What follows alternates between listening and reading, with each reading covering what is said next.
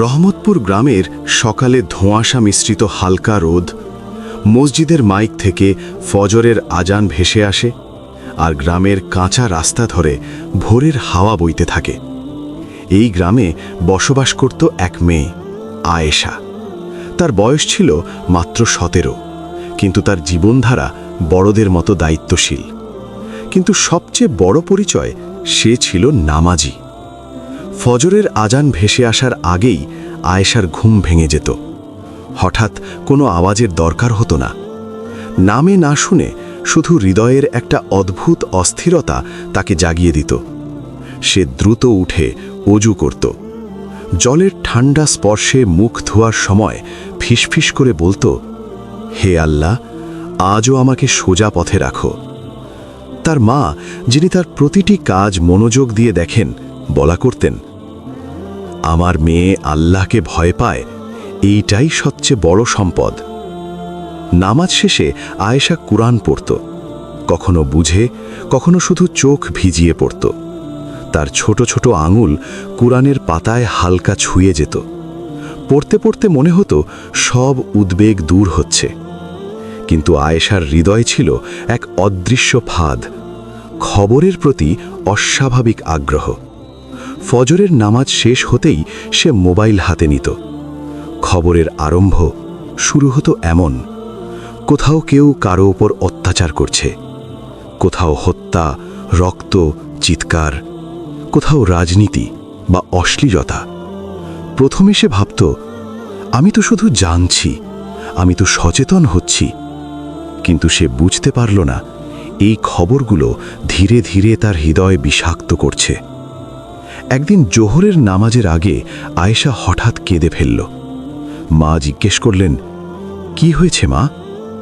আয়েশা বলল, আমার মন আর শান্ত হয় না আম্মা, সব কিছু চোখের সামনে ভেসে উঠছে।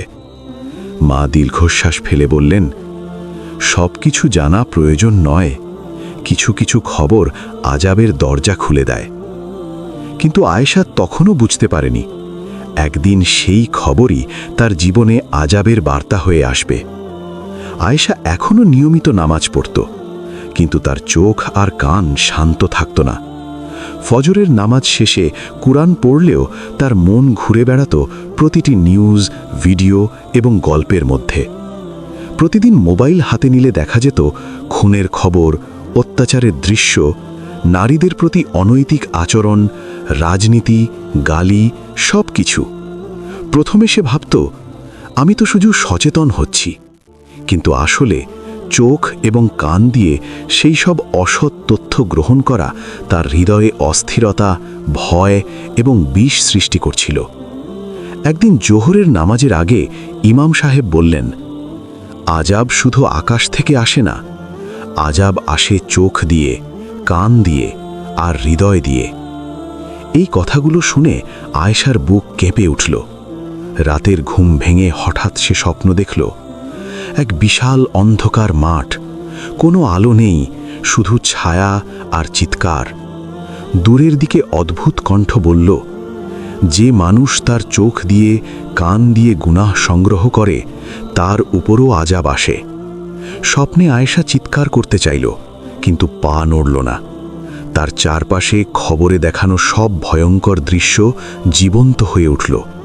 রক্ত, চিৎকার, গালি, বিদ্বেষ। সে বলল, হে আল্লাহ, আমি জানতাম না, আমাকে ক্ষমা করো। কণ্ঠটি বলল, অজ্ঞতা অজুহাত নয়, সতর্ক হও। সেই রাতের ঘুম ভেঙে গেল। ঘাম ভেজা শরীর, কাঁপছে বুক। ফজরের আজান ভেসে এলো। যখন সে নামাজে দাঁড়ালো, মনে হলো সে আর আগের মেয়েটি নয়। মোবাইল হাতে নেওয়া তখনও স্বাভাবিক ছিল না। প্রতিটি নিউজ, ভিডিও খুলতে গিয়ে মনে হলো কিছু অদৃশ্য শৃঙ্খল তার হাত বুকে বাধা দিয়েছে। সেই রাতেই সে আল্লাহর কাছে হাত গুজে বলল, হে আল্লাহ, আমাকে চোখ, কান, হৃদয়কে সঠিক পথে রাখো, আমার মনকে শান্ত করো। পরবর্তী দিন থেকে আয়েশা নতুন নিয়ম চালু করল। খবর দেখা সীমিত এবং প্রয়োজনের জন্য, মোবাইল কেবল জরুরি কাজের জন্য, নামাজ, কুরআন, দোয়া প্রথম স্থান। গ্রামের মানুষ অবাক হয়ে বলল, আয়েশা কি হঠাৎ বদলে গেছে? আয়েশা জানত বদলাটা আসলেই এসেছে, কারণ সে আজাবের আগাম সতর্কবার্তা পেয়েছিল। ফজরের নামাজ শেষে আয়েশা কুরআন পড়ছিল, কিন্তু আজকের কুরআন পড়া তার আগে কখনো এত গভীর মনে হয়নি। আয়াতগুলো যেন তার হৃদয়ে প্রবেশ করে আর ভেতর থেকে কাঁপিয়ে তুলছিল। হঠাৎ ঘরের আলো অদ্ভুতভাবে কমতে লাগল। মোবাইল এবং বাতি সব আলো নিভে গেল। আয়েশা ভীত হয়ে দাঁড়িয়ে রইল। দূরের জানালা দিয়ে এক অজানা ঠান্ডা বাতাস এলো। বাতাসের সঙ্গে ভেসে এলো শব্দগুলো। যে মানুষ তার চোখ দিয়ে কান দিয়ে গুনাহ সংগ্রহ করে, তার উপরও আযাব আসে। আয়েশার চোখে পানি ভরল। মনে হলো প্রতিটি খবর, ভিডিও, অশ্লীল দৃশ্য সবই তার উপর হিসাব করা হবে। হঠাৎ একটা কণ্ঠ বলল, নামাজ তোমাকে রক্ষা করতে পারবে, কিন্তু হৃদয়ের নেশা তোমাকে আযাবের দিকে ঠেলে দিচ্ছে। আয়েশা মোবাইলটা হাতে নিল, কিন্তু একটিও নিউজ বা ভিডিও সে খুলতে পারছিল না। মনে হলো এক অদৃশ্য শৃঙ্খল তার হাতে বেঁধে দিয়েছে। রাতে ঘুমানোর আগে আয়েশা শুধু আল্লাহর কাছে বলল, হে আল্লাহ, আমাকে এই জ্বালামুখ থেকে বাঁচাও। আমার চোখ, কান, হৃদয় সবই শুধুই তোমার জন্য হোক। সেই রাত থেকে আয়েশা নতুন নিয়ম শুরু করল। নিউজ বা ভিডিও সীমিত, নামাজ ও দোয়া প্রথম স্থান, কুরআন পাঠ প্রতিদিন অন্তরের প্রশান্তির জন্য।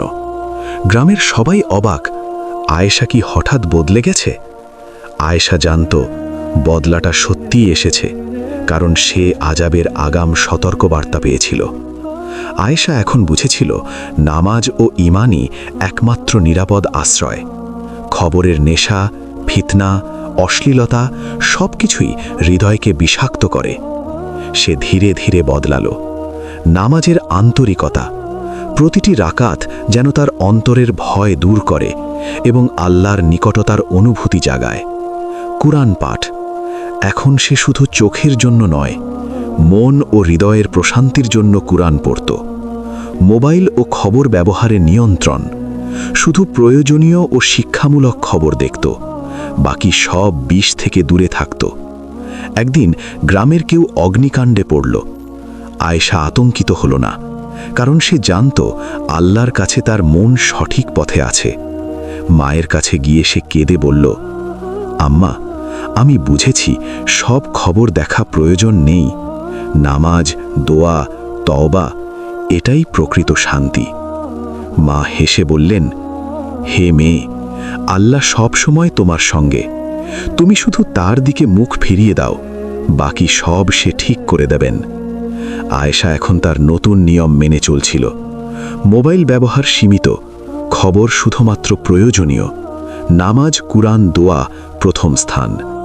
একদিন গ্রামের সবাই আতঙ্কে পড়ে। হঠাৎ বড় অগ্নিকাণ্ড। গ্রামের ঘরে ঘরে আগুন ছড়িয়ে যাচ্ছে। মানুষ চিৎকার করছে, সাহায্যের জন্য দৌড়াচ্ছে। কিন্তু আয়েশা শান্ত, কারণ আল্লাহর কাছে তার মন সঠিক পথে আছে। নামাজে দাঁড়িয়ে সে আল্লাহর কাছে বলল, হে আল্লাহ, আমাদের রক্ষা করো। যাদের উপর বিপদ এসেছে তাদের নিরাপদ করো। হঠাৎ গ্রামের এক পথচারী দেখল আয়েশা দৌড়ে গিয়েছিল আগুনের দিকে, ছোট ছোট বাচ্চাদের, বৃদ্ধদের সাহায্য করতে। কেউ তাকে থামাতে পারছিল না। তার সাহস ও সহানুভূতি সবাইকে বিস্মিত করল। মায়ের কাছে ফিরে এসে সে কেঁদে বলল, আম্মা, আমি বুঝেছি নামাজ, দোয়া ও সতর্কতা না থাকলে ভয় আমাদের ভেতরে বাসা বাঁধে। আল্লাহ ছাড়া আমরা কিছুই করতে পারি না। গ্রামের মানুষ এবার সত্যি বুঝল, আয়েশার পরিবর্তন শুধু বাহ্যিক নয়, তার অন্তর, মন ও জীবন সবই আল্লাহর পথে স্থির। কিছুদিনের মধ্যে আয়েশা গ্রামের মেয়েদের জন্য দৃষ্টান্ত হয়ে উঠল। তারা দেখল নামাজ, কুরআন, তওবা আর সচেতন জীবন কিভাবে ভয় ও বিভ্রান্তি দূর করতে সাহায্য করে। ভয় ও বিভ্রান্তি কেবল আল্লাহর স্মরণে দূর হয়। নামাজ, দোয়া ও কুরআন আমাদের জীবনের নিরাপদ পথ। সচেতন জীবন শুধুই আল্লাহর রহমত এবং সাহায্যের চাবিকাঠি। আয়েশা প্রতিজ্ঞা করল, আমি আর কখনো খবরের বিষে ডুবে যাব না। আমার চোখ, কান, হৃদয় শুধু আল্লাহর জন্য। কিছুদিনের মধ্যে আয়েশা গ্রামের মেয়েদের জন্য দৃষ্টান্ত হয়ে উঠল। তারা দেখল নামাজ, কুরআন, তওবা আর সচেতন জীবন কিভাবে ভয় ও বিভ্রান্তি দূর করতে পারে। নামাজ হলো হৃদয়ের আলো। চোখ ও কান ঠিকভাবে ব্যবহার না করলে আযাব আসে। আল্লাহকে স্মরণ করলেই বিপদ থেকে উদ্ধার পাওয়া সম্ভব। গ্রামের মানুষ আজও বলে, আয়েশার নামাজ ও সতর্কতা আমাদের শেখালো, কখনো খবর বা ফিতনায় হারিয়ে যেও না, সব কিছু আল্লাহর হাতে। শেষ।